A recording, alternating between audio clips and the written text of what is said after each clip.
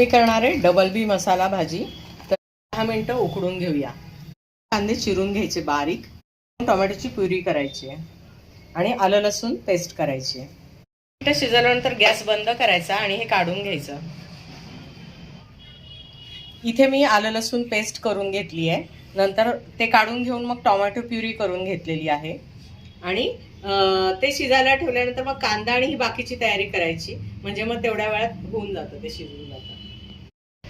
कढई गरम करायला ठेवायची, त्याच्यात एक पळी तेल घालायचं, चांगला मोठा डाव आहे आणि मग करायची मोहरी तडली की जिरं घालायचं, मग त्याच्यात घालूया आपण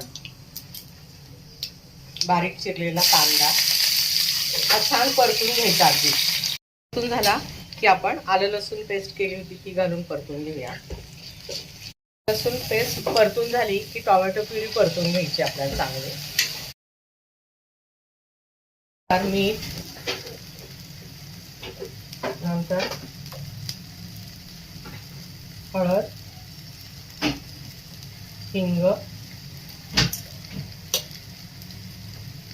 कांदा लसूण मसाला मोठा एक चमचा गोडा मसाला। मसाले छान परतून झाले की हे उकडलेले पाण्यासह आपल्याला डबल बी याच्यामध्ये टाकून द्यायची आहे, म्हणजे आपला वेळ वाचतो, बाकी काही नाही। हे उकडून घेतले ना की मग झटपट होते। आता ह्याला एक उकळी आली की आपली डबल बीची मसाला भाजी तयार आहे। भाजीला छान उकळी आली आहे, आता आपल्याला कोथिंबीर घालून भाजी सर्व करायची।